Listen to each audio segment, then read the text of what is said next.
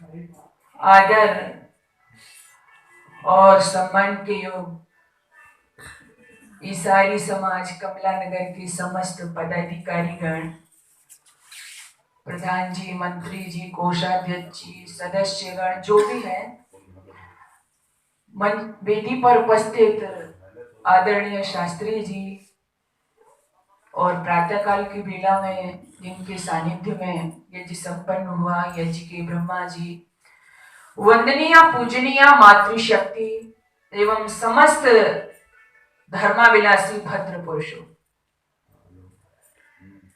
हम और आप अत्यंत ही सौभाग्यशाली हैं कि प्रातः काल की पवित्र वेला में इस तरह के सुंदर विचारों का आदान प्रदान कर रहे हैं। मुझे अच्छा लगा। वैसे मैं इस समय तो नहीं यहाँ पहचान रही हूँ। मैं लगभग यहाँ 16-17 वर्ष पहले आई थी और यहाँ का मतलब कमला नगर और उधर यहाँ बलकेश्वर और हिंग की मंडी, नाई की मंडी, उधर यशपाल जी थे और ओम प्रकाश जी थे और यहाँ भी मुझे नाम स्मरण नहीं है, तौलिया वाले के नाम से उनका कोई ऐसा कारोबार था, वो यहाँ पदाधिकारी थे। तो 17-18 वर्ष लगभग हो गए होंगे जब मैं इन समाजों में आई थी, जब मैं अपनी छोटी बहन के साथ में प्रचार प्रसार करती थी। तो आज हो सकता है यशपाल जी तो चले ही गए हैं, तो और भी जितने भी अब वर्तमान समय में जो पदाधिकारी गण हैं, मैं सभी का धन्यवाद करना चाहूंगी कि सुंदर कार्यक्रम संचालित कर रहे हैं, चला रहे हैं। और शायद आज आपका साप्ताहिक सत्संग है,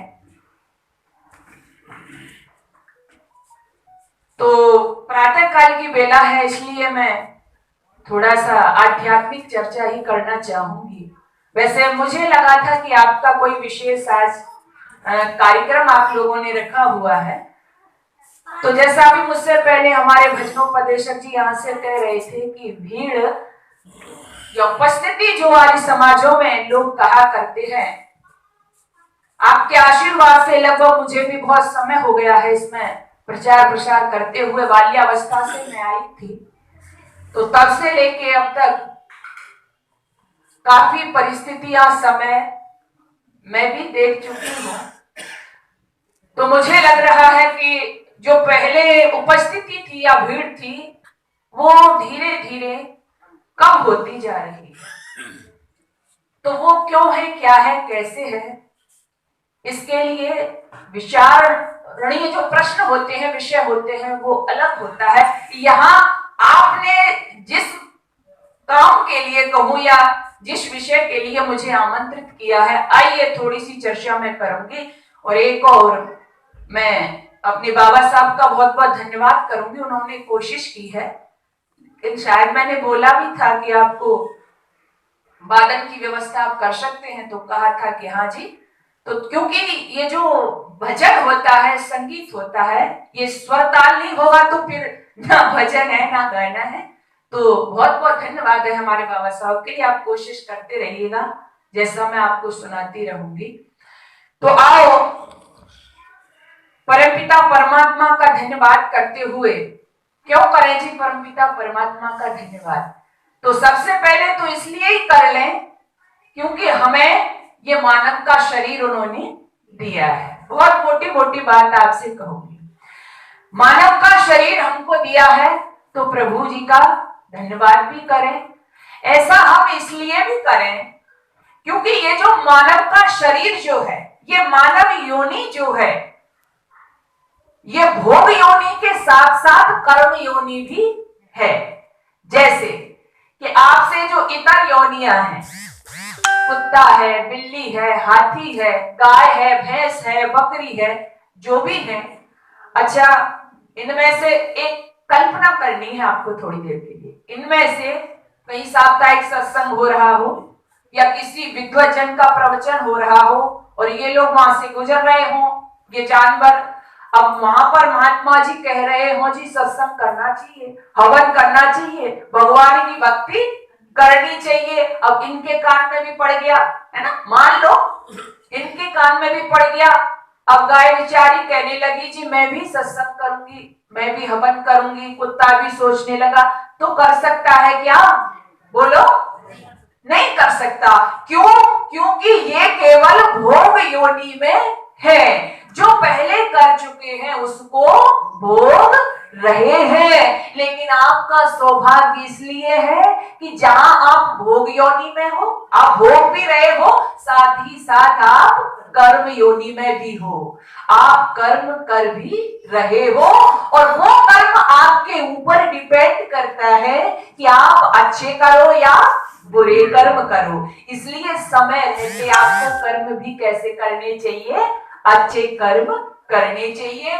और दूसरा, जो इस दुनिया में आने का जो उद्देश्य है, जिसके लिए हम आए हैं, परमपिता परमात्मा को स्मरण, हम भगवान को, बहुत से लोग कहते हैं जी हम तो बहुत भक्ति करते हैं भगवान की भक्ति करना, भगवान को याद करना, उनका भजन करना, उनके ऊपर कोई एहसान बोलो नहीं है। कोई एहसान नहीं कर रहे हम जी, हम तो संध्या करते हैं। बहुत से लोग तो इसका ही दिखावा करते रहते हैं, हम संध्या करते हैं, हवन करते हैं, भजन करते हैं। ये ईश्वर के ऊपर कोई एहसान नहीं है। तो फिर क्या है? हम भगवान की भक्ति क्यों करें? फिर क्या होता है उससे? क्योंकि आज का जो समय है बड़ा एडवांस हो गया है। कोई भी हम जब कार्य करना चाहते हैं तुरंत उसका बोलो लाभ भी चाहते हैं ना, तभी हाथ डालते हैं। इससे फायदा क्या होगा?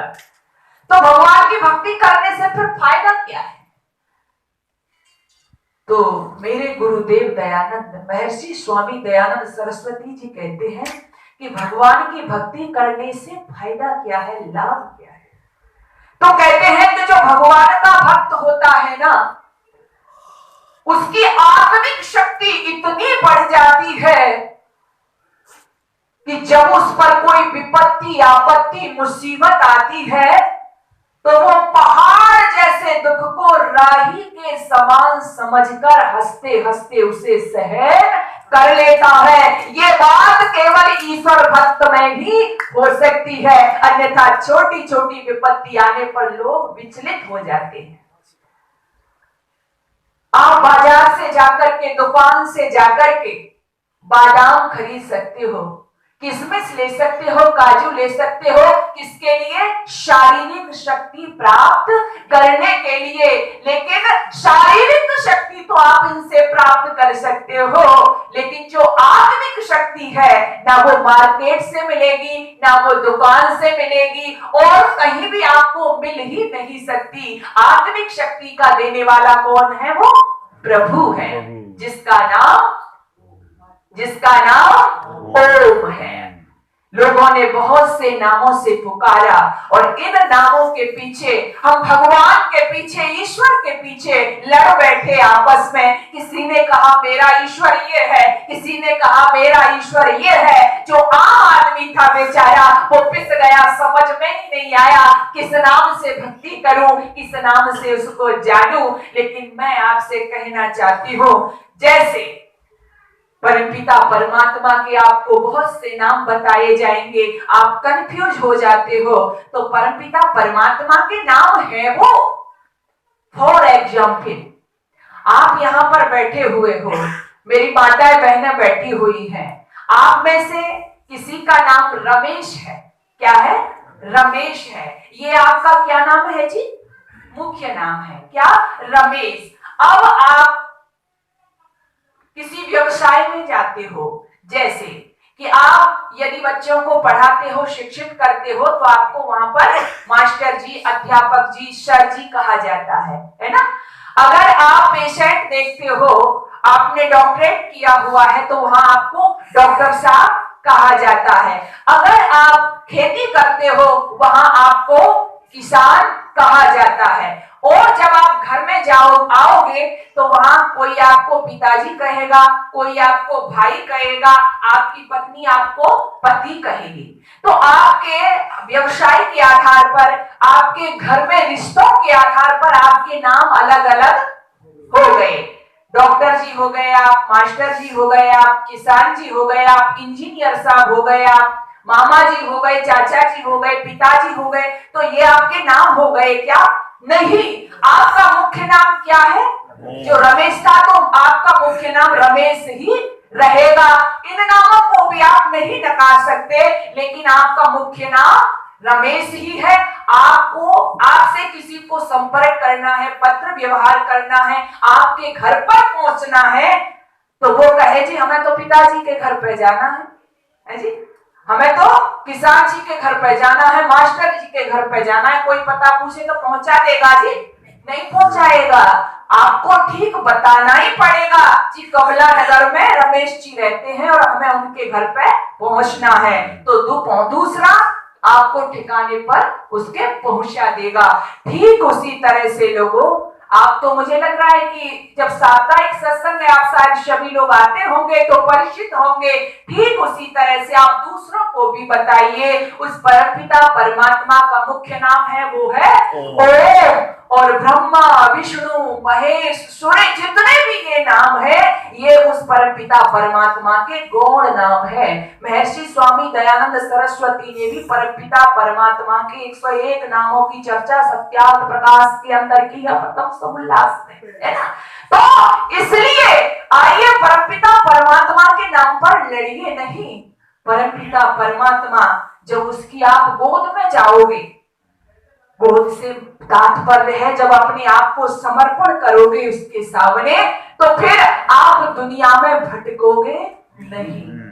मैंने कहा ना, आत्मिक शक्ति तो आपकी बढ़ेगी ही, साथ ही साथ आप इस दुनिया में आए हो, किस लिए आए हो, इस बात को भी आप पहचान जाओगे। तो खुशी खुशी से जब यहाँ से जाने की बारी आएगी ना, तो खुशी खुशी चल दोगे। जब हम ट्रेन में बैठते हैं या बस में बैठते हैं, यात्रा करते हैं, कहाँ जाना है जी हमको? मथुरा जाना है, या वो लंबा जाना है, दिल्ली जाना है, इलाहाबाद जाना है, इतनी सीट। तो जब लंबा जाना है, हम आराम से जिस सीट पर बैठते हैं ना, उसके लिए लड़ाई झगड़ा भी कर देते हैं जी, सीट मुझे दे दो। किसी दूसरे ने घेर ली तो उससे झगड़ा कर बैठते हैं, जैसे तैसे उस सीट को प्राप्त करते हैं। लेकिन जैसे ही हमारा गंतव्य आ जाता है, हमें दिल्ली जाना है और दिल्ली आ गई, तो जिस सीट के लिए हम अभी कितनी मारा मारी कर रहे थे, फिर उसको अचानक जो भी, उससे हमारा कोई मोह नहीं है, क्योंकि अब हमारा गंतव्य बोलो आ गया है। इसलिए ठीक उसी तरह से जब इस दुनिया में हम आते हैं और अपना गंतव्य, अपना आने का उद्देश्य पहचान लेते हैं, तो जब इस दुनिया से जाने का समय होता है, तो फिर हमें कोई दुख दर्द क्लेश नहीं होता है। तो आओ परमपिता परमात्मा को याद करते रहो। मैं भजन भी आपको सुनाती रहूंगी बीच बीच में। तो भजन इसलिए करना चाहिए उस प्रभु का, क्योंकि ये तो आम बात है, आपने सुनी होगी, लोग कहते हैं जी बुढ़ापे में भजन करेंगे भगवान का, है ना। क्योंकि नए बच्चों पर कहते हैं अरे जी पढ़ने जाएगा कि भजन करेगा, ये अपना ट्यूशन जाएगा या सत्संग में जाएगा। और आपको बुरा नहीं लगना चाहिए, यही कारण है। आप एक विचार करेंगे कि हमारे जो अच्छे प्रोग्राम्स होते हैं या हमारे जो साप्ताहिक सत्संग होते हैं, उसमें हमारे बच्चे नहीं आते हैं। तो आओ, ऐसी वेट मत करो कि कम कर लेंगे, बच्चे बड़े होके कर लेंगे।